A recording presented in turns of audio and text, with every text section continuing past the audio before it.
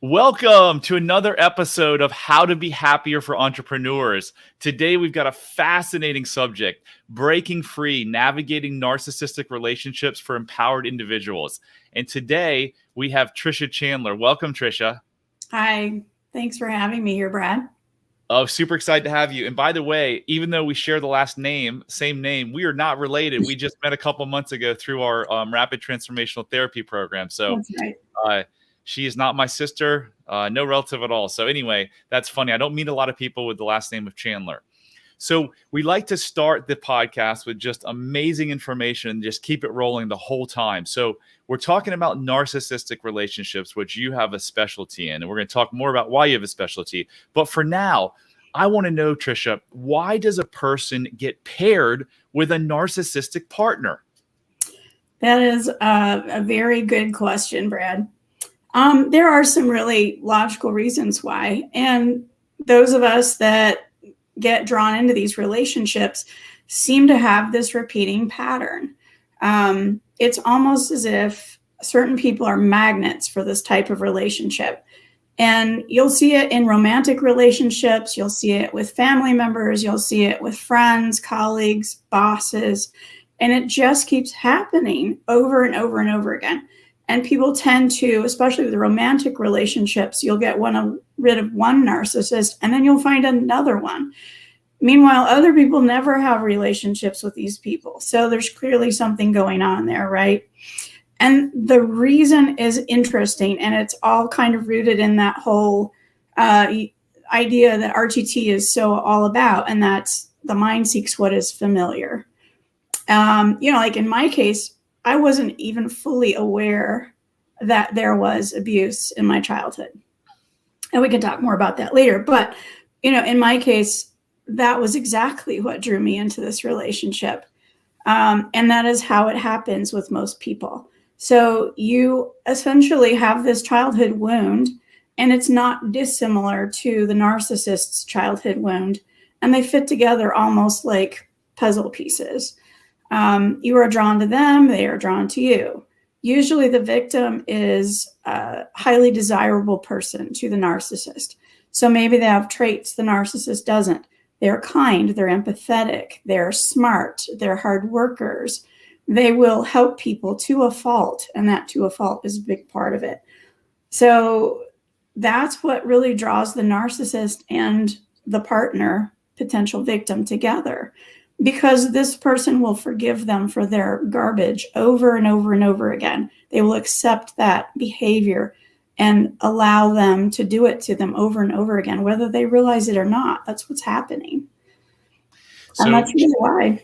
Trisha mentioned RTT, and that stands for Rapid Transformational Therapy. It's a study and a program, an amazing program that Trisha and I are both certified in. If you want to hear more information about that, just go to bradchandler.com/RTT, and there's a little 2-minute video. So, Trisha, you said a lot of great things in there. Someone is drawn to a narcissistic person because of their upbringing, because of their childhood. Mm-hmm. So, what I have found, and I'd love to hear your feedback on this, is that the subconscious mind, its only real reason for existence is to keep you alive, right? And so it doesn't care if you're happy or sad. So what it does is it wants to recreate a terrible situation. It wants to recreate whatever was familiar in the past. So if you grew up as a child of a narcissist, although it probably sucked for you, you're still alive. So the subconscious brain is saying, hey, you just went through this. I need to find the same exact person so that I know I can keep you alive. What are your thoughts on that? That, in a nutshell, that is correct. I mean, your subconscious brain doesn't have any logic to it. It just goes, well, she lived through that yesterday, so let's do more of that today. And that's really what's happening. So this seems like you lived through this, and then there's this new relationship, and that's more of the same. So that must be okay, right? Because you didn't die from it before. It doesn't really matter if you're happy, sad, or otherwise. It's just, this works for me. I understand this. I recognize this. This is normal, right? And as a child, you don't understand those things are not normal because that's all you know. You have That's no all you idea know. other people don't do that, or that other people don't live this way. Yeah, it's your mom or your dad. Like, you look up to them. They're your idols, right? They can do no wrong. I think, Right. I don't know if it's Marissa or Gabor that says this. When a child feels like the parent stops loving them, they don't stop loving the parent. They stop loving themselves. That's exactly right. I think that's Gabor Mate. Yeah. Hence, that's the cause of a lot of our problems. So, did Yeah. you do that? Did you do that in your life? Did you go out and marry the parent that you had issues with? It's funny, especially with girls. They always say that you marry your father. And in my case, I didn't, but there is an element there that rings true. My dad was very emotionally distant. And well, a narcissist is nothing but emotionally distant. So in that piece, they're alike. My dad was an amazing person who would never dream of doing anything bad to me, but he was very emotionally distant. So that rings true. For me, that was not, the relationship wasn't abusive from my parents. I mean, I did have some stuff from my mom. She did do some crazy stuff to me. But she didn't do it intentionally. And it's a little bit like I'm making excuses for her. But mostly the abuse was from my sister. She was the primary abuser in the household. She's borderline personality disorder and histrionic, which are two cluster B personality disorders that are closely related to narcissism, psychopathy, and sociopath. But she had to get that from somewhere. She wasn't born with that. Right. So right. it had to come That's a from whole nother story. It had to come from your parents, right? No, I mean, she was, yes and no. She was adopted at the age of 2, and she came through the foster system. And it's believed that there was a lot of extreme neglect and abuse that happened. She did not form normal attachments with people. And when she did, it was only an attachment with my mother. And it became this very sick kind of abusive garbage that went on there. I mean, I grew up watching my sister, who's 11 years older than me, choke my mother, bash her head against the wall, slap her, spit her on her, call her names, you name it. Wow. And my mother would turn to me and say, "Don't you tell your daddy what you just saw." Oh my gosh. Wow. Yeah. So because I did that in my relationships. I went out and paired with people who were like my father, who I had the most problem with. And on the screen, I have your behavior driven by your subconscious mind. Remember, your subconscious mind, its only purpose is to keep you alive. If someone would have said, go try to find your father as a partner, I would have no idea. But guess what? My subconscious mind did that. Yeah. Subconscious mind knows. It does know. And so we're driven by these behaviors, and we don't even know why we're doing these things. And it's all this deeply buried emotions and beliefs from childhood. I mean, that must have been terribly tough for you to not only see that abuse of your mom. So as a child, you can't help her. So your little brain's probably saying, I'm helpless. I'm not good enough because I can't help her. And then you've got to hide the secret from your father. So you feel shameful that you're stuck in the middle, that you can't now tell your father what's really going on. I mean, that's a terrible place for a child. So I'm sorry that you went through that. It's a lot of toxic shame right there. Wow, it sure is. So back to the narcissistic relationships. We've talked about why someone gets into them. Why do people stay in these relationships? Well, there's a lot of mechanisms at play. So a lot of it is coping mechanisms that come from childhood. You start out with a person in a relationship, and in the beginning, because you've been through this as a child, you have this deep fear of abandonment. You have, and then it's called the abandonment wound. You also have a deep-seated lack of self-love, for no other words. You don't feel good enough. You don't feel worthy. You don't feel anybody else would ever love you, is kind of the essence of it. And then you meet this person who fits like a perfect fitting puzzle piece with you. And they are so amazing. And it's essentially like you're holding a mirror in front of your face. And this person is reflecting back at you everything that you want. And they're really good listeners because they're predators. You think to yourself, oh, he listens to me. Oh, yeah, sure he does. He listens because he wants to know how to manipulate and abuse you. So they're reflecting back through this mirror exactly what you want to see and hear. And this is what's called the love bombing phase. So it's always at the beginning of a narcissistic abusive relationship. So this person is abusing you. They're just showering you with obscene amounts of validation that you never got before. And you feel like, this is amazing. And with no other person in the world have you ever felt this way before. So this person does that for you and you think, that's it. This is what love is, right? How could you not? Then you get into this relationship, and as soon as the narcissist has you tied down, maybe it's through marriage, maybe it's through they picked you up and moved you across the country and you're around nobody else you know. Or maybe it's because you're now a stay-at-home mom and you have kids and you don't have any resources on your own.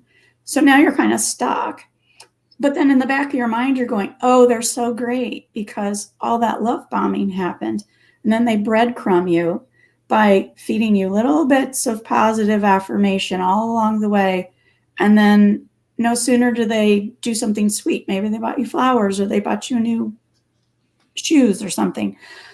Next thing you know, they're telling you you're a fat cow or some horrible thing, or they're cheating on you and then they're sorry. And then it's this back and forth. So you kind of hang on to these breadcrumbs that they drop along the way. And this hot and cold cycle becomes an addiction. And so in your body, in your brain, you have serotonin, you have cortisol, you have all of these hormonal chemicals that are released through feel-good things, through stress, through all things. And all of these things fluctuate with the narcissist's behavior, and it creates what is called a trauma bond. And you are essentially addicted.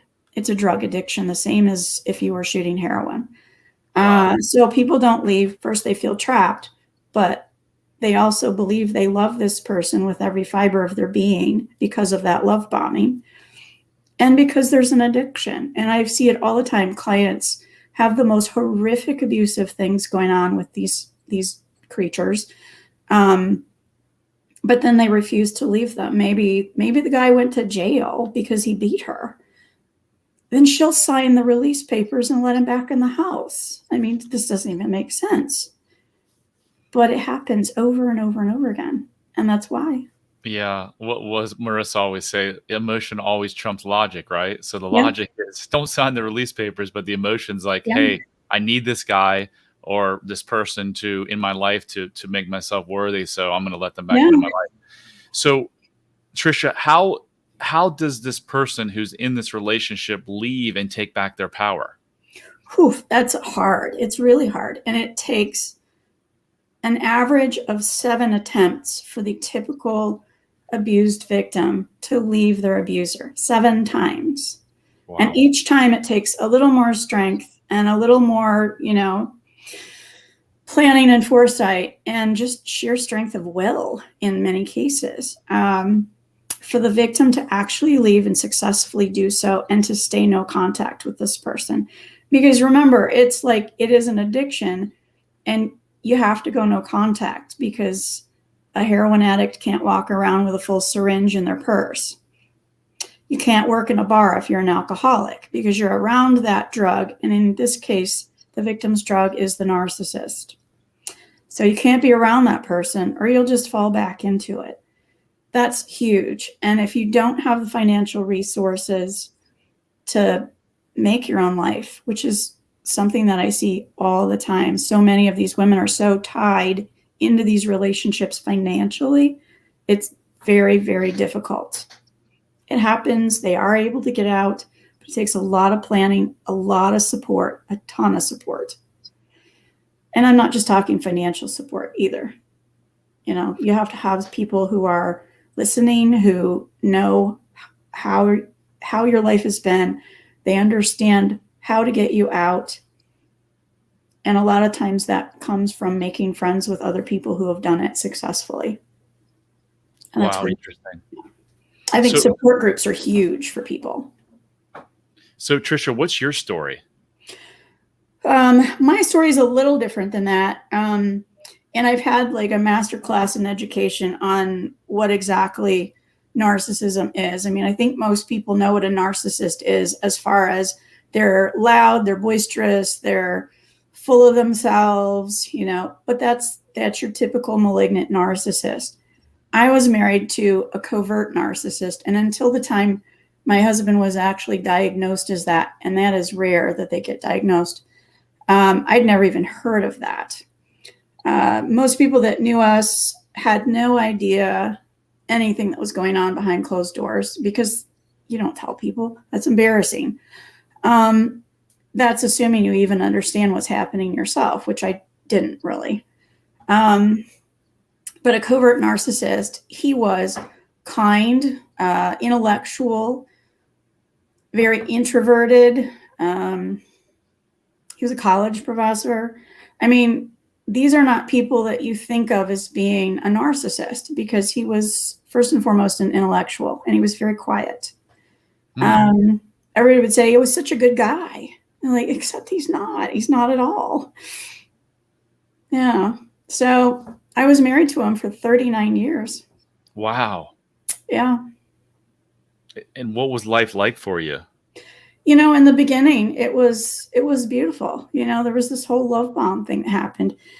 He immediately whisked me away to a place that I didn't know anybody.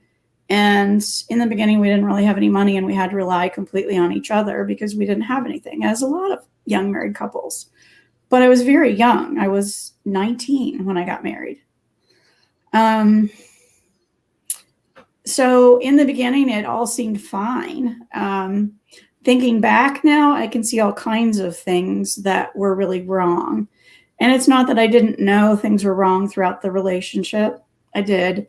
But I tended to just excuse them, or to make excuses for his poor behavior.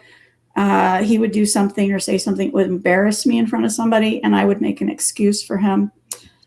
It didn't really get really bad until the last, I don't know, maybe 7 or 8 years. And then it got really bad the last 2 or 3. The emotional mind games that would happen, the lying, the cheating, just all of the stuff. And you're always made to believe that you're crazy. You're making it up. He would triangulate against me with our teenage daughter. And it would always end with him saying to our daughter, you know, she's crazy and she makes stuff up. And then they would just laugh and laugh at me. I mean, this was a regular occurrence. And wow. I didn't say anything about it. I mean, what are you going to say? I didn't know. Things would happen within the relationship or with one of the kids, and I would bring it up to his attention. He would use that as an opportunity to twist it around and make me believe that I was crazy or I was misunderstanding something. We had constant circular arguments, which they're famous for. Some people call it word salad. And they will just bring up these arguments that just go around and around and around, and there's never any resolution to it. And you leave that feeling so completely confused and bewildered, and you're led to believe that it's all your fault.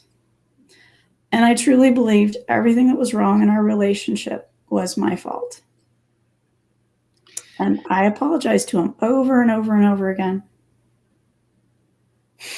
And this led you to some pretty dark places. I remember you telling me. So in my case, I never fully understood anything that was wrong with him until after he just up and discarded me. Literally, one day we were having a dinner party. We'd had house guests for the weekend. Everything was normal. And the very next day, he says, by the way, I'm moving out. And you're like, what? And then he proceeds to say a lot of really terrible things and do a lot of really terrible things, which left me in a very deep, dark depression. And at that point, because I was addicted to this trauma bond and had no idea, my first inclination was, I can't live without this person. I truly believed there was no way I could live another day without him. And so I planned to kill myself. Wow. Yeah. So how did you go from there to the darkest place possible, where you're thinking about committing, taking your life, to today, and what can you recommend other people who are in that dark place? What can they do? There were a lot of people in my corner who really, really knew what was going on. And they were really basically dragging me by the hair out of that dark hole, preventing me from doing anything and keeping me present so that I could pay attention to all of the good things that I had going for me that I couldn't even see in that instance, because all I could see was this dark hole where I was all alone. And I think, in my case, really realizing that I wasn't alone and that my life had value and worth, that was huge to kind of keep me present enough to make other plans. And a friend of mine was sending me videos of another RTT practitioner. I had no idea what it was she did. I don't think she even said RTT in her videos, but I would watch these videos obsessively. And I thought, my God, this woman is like in my bushes or something. She's watching me. She knows me. She is me. I don't know. And so I cyber stalked her and called her on the phone one day. And I said, hey, you don't know me, but I've been watching your videos and I need your help. And I talked with her for, I don't know, an hour or so on the phone, and ended up having a session later the next week, I believe it was. And I had a box of pills sitting on my kitchen counter. And I decided to go ahead and spend the money on the session because I figured I wouldn't really need it after I swallowed those pills, so it would be fine. Wow. And after that session, it was like a switch flipped in my head. So I went from being so depressed I could barely get out of my bed or off the couch. I wasn't bathing. I wasn't washing my hair. I wasn't changing my clothes. I wasn't eating. I wasn't sleeping. There were multiple times I drove myself to the emergency room because I thought I was having a heart attack, but it was panic attack. Wow. I was having full-on night terrors and flashbacks, and I would spend my day basically staring at the wall, ruminating, and just churning it over and over and over in my mind. And that was my life during that period. And I thought, I'm going to have this session, and after the session, I'm just going to swallow these pills if I don't feel any better. And fortunately, I came out of that session feeling like a different person. I suddenly felt like I had hope. I had something to look forward to. I felt lighter. I could begin to kind of see the big picture. I could understand it, absorb it, process it, let go of it all. I started sleeping. I was eating. Yeah. This session must have taken what, months or weeks? No, it was a couple hours at most. A couple hours. Yeah. Yeah. So she's mentioned this a couple of times. RTT is what she went through. bradchandler.com/RTT. Trisha is trained in RTT. If you're struggling, if you're in a narcissistic relationship, if you're struggling with anything, RTT works on just about everything. Reach out to Trisha, reach out to me, reach out to someone in RTT, because this is an incredible story. I didn't know this. We only talked for a couple of minutes when we first met, but literally you were ready to take your own life after this session because you didn't think it would work. You tried lots of stuff. And in 1 2-hour session, your life was completely changed, which is consistent with my work. I went through something similar to RTT with a ex-Navy SEAL. And in 3 hours, my life was changed forever. And I'd been going to therapy on and off for 3 decades. So if you're suffering, you don't have to suffer anymore.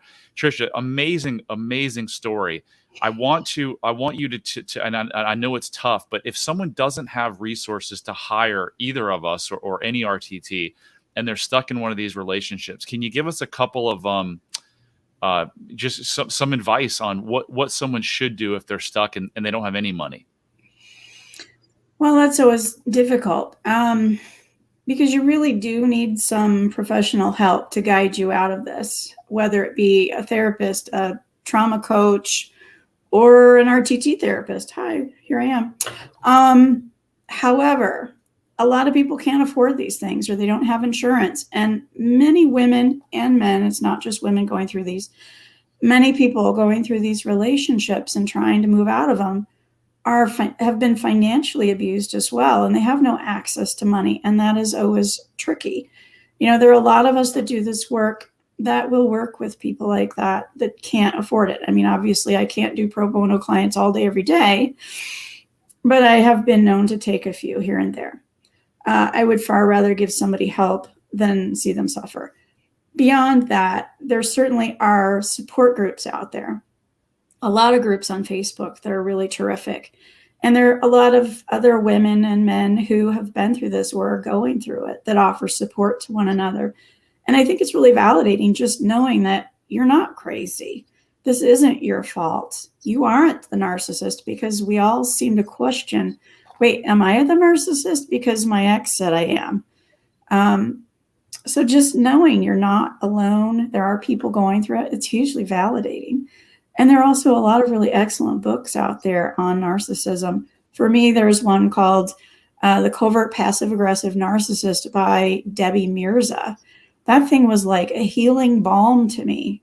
I would have sworn to you she was writing about my marriage. But just reading books, joining groups, talking to people who have been through it, and that's the key, I think, is talking to other survivors of narcissistic abuse, because most people can't understand it. You say these things out loud and you think, that sounds bizarre. And most people don't get it. But if you've been through it, you do. So these are all things that a person can do that are really helpful. Yeah, if you're in a narcissistic relationship, especially an abusive one, which I guess they usually are, you lack self-love. So if you want to know if you have self-love, I developed this like 12 question quiz. It takes like 3 minutes. It's called, or you can take it at bradchandler.com/quiz. So take that, kind of see where you stand. And I love the advice. Like if you have the resources, go find Trisha. Trisha can be found at facebook.com/Trisha Chandler, the number 23. Call me, go find another RTT person.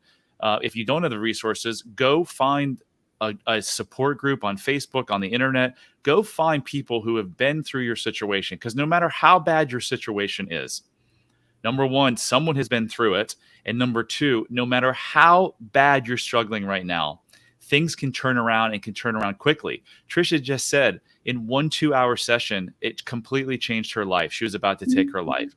In 1 3-hour session, my life completely changed. So there's nothing special about us, even though we have a cool last name.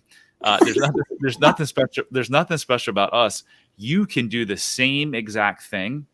All problems begin with your thinking, and RTT has this magical way of changing your thinking by going through your subconscious mind and using hypnosis to access the source of your pain. Because Trisha wasn't born being born in such a way that she needed to marry a narcissistic person. Something happened through her childhood, and she just gave us some clues to what happened that caused her this. So she learned this behavior, and thus she can unlearn it. So Trish, what is important? You've dropped a lot of gold nuggets here, and I really appreciate it. What hasn't been said that you think is really important for these listeners to hear? I think it's really important that if somebody tells you they've been through things, to believe them. I mean, it's human nature to give people the benefit of the doubt. Excuse me. And in many cases, especially with women, people tend to believe the man over the woman. Whoever has the financial resources in the relationship, they're the one the general population will believe. And so if a woman says that this has been going on, people tend not to believe her. So I think it's huge when somebody has the courage to say, this happened to me, believe them. Listen to them. And then just being careful about how you approach things. And I have people say things like all the time, why don't you just date somebody new? Why did you stay? I mean, these are hurtful and they're not helpful. It's not supportive to essentially blame the victim for being abused. And it's not just a breakup. So that's all really dismissive, and it's very hurtful. Right. Yeah.